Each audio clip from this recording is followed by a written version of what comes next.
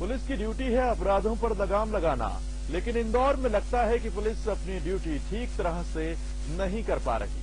पिछले कुछ दिनों में गुंडों, बदमाशों से परेशान लोगों की कुछ ऐसी दास्तानें सामने आई हैं जिन्हें देखकर ऐसा ही महसूस होता है। इंदौर शहर में गुंडों का आतंक बढ़ता ही जा रहा है। पिछले एक सप्ताह में सामने आए 3 मामलों को देखकर तो यही कहा जा सकता है, जब गुंडों से ही परेशान होकर एक किशोरी और एक युवक ने अपनी जान देने का प्रयास किया, तो गुंडों से ही परेशान होकर एक परिवार को मजबूरन रीगल चौराहे पर धरने पर बैठना पड़ा। इंदौर में गुंडों के हौसले बुलंद, गुंडों का ऐसा खौफ कि कोई जान देने को मजबूर तो कोई धरना देने के लिए। सब कुछ देखकर भी पुलिस बनी है अनजान।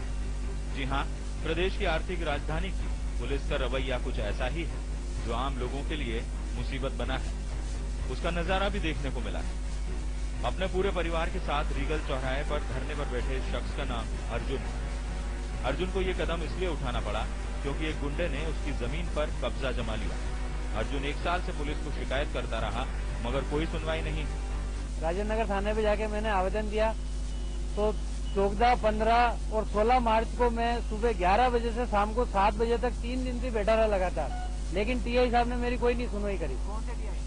राजेंद्र नगर के टीआई। और कहाँ शिकायत की आपने? और आईजी साहब के यहाँ करी, और सीएसपी साहब के यहाँ करी, और डीएसपी साहब के यहाँ करी। आप क्या चाहते हो? आप क्या करो? अब मैं यही चाहता हूँ, मेरा मकान मुझे दिलवाए बस। केवल अर्जुन का मामला नहीं, अस्पताल के बिस्तर पर पड़ी 10वीं की यह छात्रा भी गुंडे की वजह से ही ऐसी हालत में है। राजेंद्र नगर में राम नाम का एक गुंडा इस छात्रा को परेशान करता था। जब गुंडे को छात्रा के पिता ने समझाइश दी तो गुंडे राम ने उन्हीं की पिटाई कर दी। पिता की पिटाई से आहत छात्रा ने खुदकुशी जैसा कदम उठा लिया। तीसरा मामला बाणगंगा इलाके का है, जब बदमाशों से परेशान होकर एक युवक ने फांसी लगाकर जान देने की कोशिश की। विक्की शर्मा और अमन यादव नाम की गुंडे इस युवक के साथ मारपीट कर पैसे देने की मांग करते थे। यानी कहीं न कहीं गुंडों का आतंक है। ये तो ऐसे मामले हैं जो किसी न किसी वजह से सामने आए, मगर कई मामलों में आम आदमी गुंडों से खौफ खाकर मामला सुलझाने में ही भलाई समझता है। हालांकि जो भी मामले सामने आए हैं, उसके बाद भी पुलिस इस बात को मानने के लिए तैयार नहीं कि वो अनदेखी कर रही है। पुलिस के पास जैसे ही कोई भी शिकायत प्राप्त होती है तो पुलिस उसको गंभीरता से लेकर के और शिकायतकर्ता का पक्ष सुनती है और उस पर जो भी आवश्यक कार्रवाई होती है। अगर किसी भी व्यक्ति के द्वारा परेशान करने की बात आती है, डराने धमकाने की बात आती है, तो इसमें वैधानिक कार्रवाई जो भी कानूनी प्रावधान है इसके अनुसार निश्चित रूप से किया जाता है।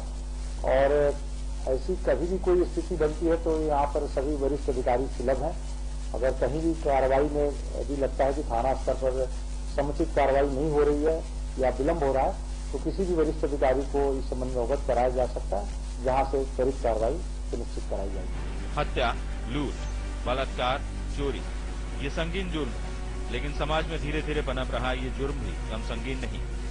पुलिस की अनदेखी से ही ये जुर्म पनपता है और एक दिन एक बड़े अपराध की शक्ल अख्तियार करता है। और ऐसे ही छोटे छोटे जुर्म कर इंसान बड़ा अपराधी बन जाता है, जिसे रोकने की सख्त जरूरत है, मगर पुलिस है कि उस पर कोई ध्यान नहीं।